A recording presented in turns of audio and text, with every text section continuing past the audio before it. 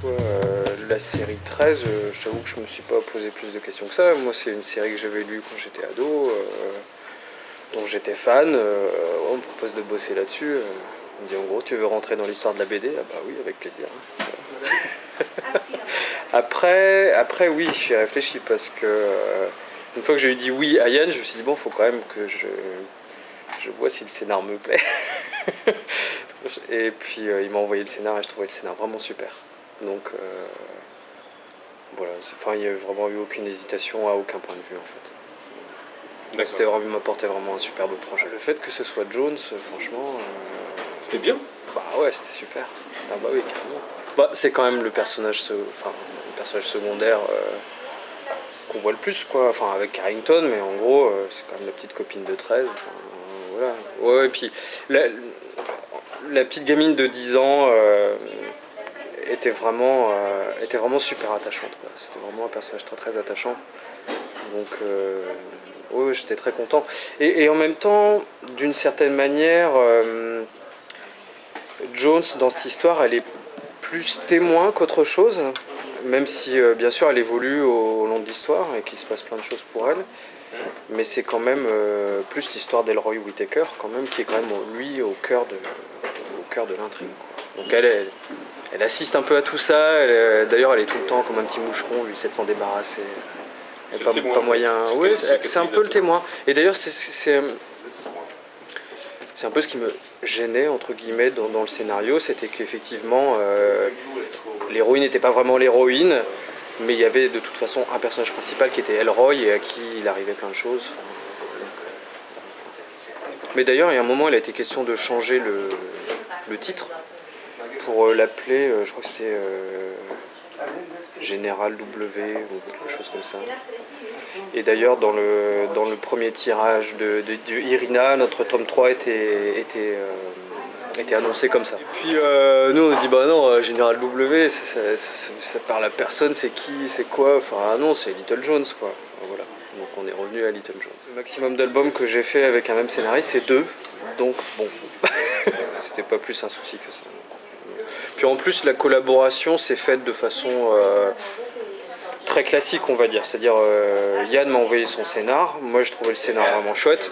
Et après, bon, on a juste réglé le truc du storyboard. C'est-à-dire que lui m'a demandé si ça me gênait d'avoir un découpage dessiné, parce que Yann dessine aussi. Et je lui dis que déjà, un découpage trop écrit, des fois, ça peut me gêner, en fait, pour la mise en scène. Donc je lui ai demandé de me faire juste un découpage écrit, ce qu'il a accepté. Et donc moi je faisais le découpage, le storyboard, je lui envoyais, et puis on discutait là-dessus, et voilà, mais ça s'est très bien passé. Non, moi j'ai vraiment travaillé comme je travaillais d'habitude. Ah, bien sûr j'ai relu les 13, il fallait que je me replonge dans l'univers, et puis les contraintes, c'est que les personnages soient reconnaissables, donc ça c'est une contrainte assez forte. Mais sinon au niveau du dessin, non, à aucun moment on m'a demandé de dessiner plus comme ci ou plus comme ça. Yann est venu me chercher pour ce que je savais faire et chez Dargo ils m'ont pris comme ça aussi. Il était plus au niveau des délais en fait. Moi cette année-là ça a vraiment correspondu à une année où au niveau personnel il s'est passé beaucoup de choses et qui n'a pas été une année facile. Ce qui fait que je me suis retrouvé assez en retard à un certain moment et j'ai dû beaucoup travailler, samedi, dimanche compris, pour essayer d'être dans les clous. Et ça a été tout juste. Mais bon, il m'avait dit, nous on a annoncé le truc, il y a la date de lancement, etc. Il faut vraiment respecter. Donc à ce niveau-là, oui, c'était stressant. Mais pas en termes de... Encore une fois, pour ce qui est de mon travail, moi j'ai travaillé avec la même exigence que d'habitude, en essayant de faire le meilleur boulot possible. Et forcément, quand on m'a dit qu'il y avait sur les autres tomes, je me suis dit, dis donc, moi je débarque comme un chien au milieu d'un jeu de quilles. Ouais. Enfin, en même temps, il va falloir être à la hauteur. À la hauteur de quoi? Moi, je fais ce que je peux. Je peux pas faire. Je peux pas m'inventer d'un coup un dessin. Enfin, mon dessin est ce qu'il est. J'ai fait avec ce qu'il était. Et voilà. Mais bien sûr. Enfin, oui, moi, j'étais plutôt fier en fait. J'étais plutôt fier. Ouais, bien sûr. Par rapport à un album, quand il sort, elle est toujours assez étrange. C'est-à-dire que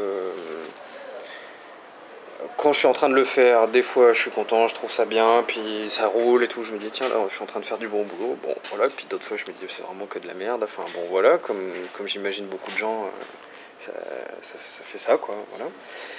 Et puis parce que le dessin, si c'est une matière vivante et que ça bouge et de temps en temps ça évolue, de temps en temps on bloque, puis de temps en temps on passe des caps, enfin il y a des compréhensions qui viennent, etc. Et par contre quand il sort, en général, moi l'album je l'ouvre et je peux pas le regarder, enfin c'est horrible quoi, je trouve tout horrible, je trouve tout moche, tout raté, enfin voilà. Et en général quand je le reprends plus tard, je me dis bon ça va, c'était pas non plus une catastrophe, il y a des trucs pas si mal finalement, mais, euh, mais en fait, ce qui s'est passé depuis, c'est que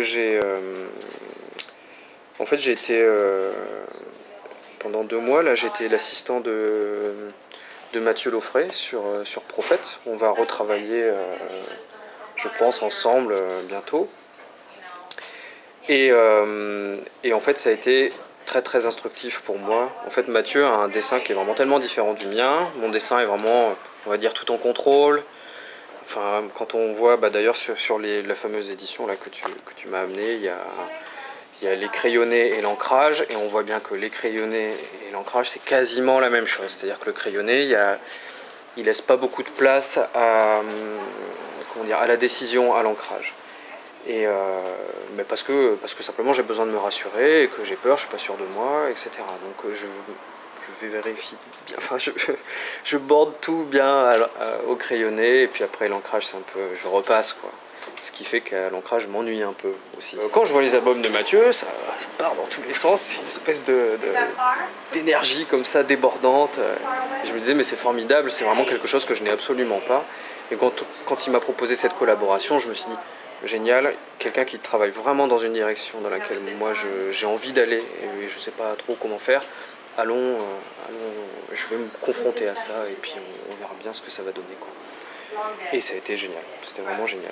Et du coup maintenant je dessine différemment. J'ai changé pas mal de choses. J'essaie de moins verrouiller le crayonné pour avoir plus d'espace à l'ancrage. Du coup à l'ancrage maintenant je dessine plus, je prends plus de décisions à l'ancrage, du coup je m'amuse plus. Alors des fois je me plante, mais c'est pas grave, du coup j'ai moins peur aussi de faire des erreurs entre guillemets, c'est-à-dire que quand je rate, je rate, c'est pas grave, je découpe, j'enlève, je mets une rustine, enfin je cherche d'autres choses, c'est pas...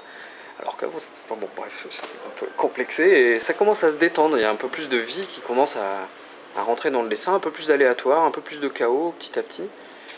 J'essaie de faire confiance en fait, du coup il y a plus d'accidents dans le dessin et beaucoup plus de plaisir. Ouais, c'est un travail assez long, ouais. Oui, c'est sûr. Je refais beaucoup. Oui, pour certaines poses, je préfère. Je fais poser des copains et puis je dessine, je fais des photos, voilà. Oui, ça permet de comprendre les plis des vêtements, comment une main se pose sur un volume, comment les volumes du corps s'enchaînent, etc. Puis au moins on a une vraie attitude. On a vraiment quelqu'un qui est en train de faire quelque chose, quoi. Mais ça, moi j'aime bien. J'aime assez trouver des attitudes spécifiques. Bon, on peut pas se permettre tout le temps, mais quand on peut, je trouve ça chouette. Ouais. Le projet sur lequel je suis, on va... Bon, c'est pas Alistair Kane, mais c'est quand même à peu près la même période, c'est début du XXe siècle. Et là, c'est des histoires d'aventuriers sur des voiliers dans les îles. Donc effectivement, c'est encore un univers très différent. C'est une adaptation de Jack London avec... c'est Fabien Nury au scénario. Voilà. Ouais. Enfin, moi je suis très très content de ce scénario qu'il m'a proposé. Vraiment, une très très belle histoire, romantique et tragique. Enfin, vraiment, enfin, je suis tombé amoureux de cette histoire. L'inconvénient, c'est que c'est un gros one-shot de 76 pages, etc. Et qu'en réaliste, ça fait un sacré marathon en fait, j'en bave un peu. Mais bon, je vais en voir le bout. Voilà, il va sortir bientôt. Ah, puis à la couleur, ça sera Marie-Paul Alluard aussi. Je suis très très chanceux aussi, je suis très content qu'elle travaille sur l'album. Et puis,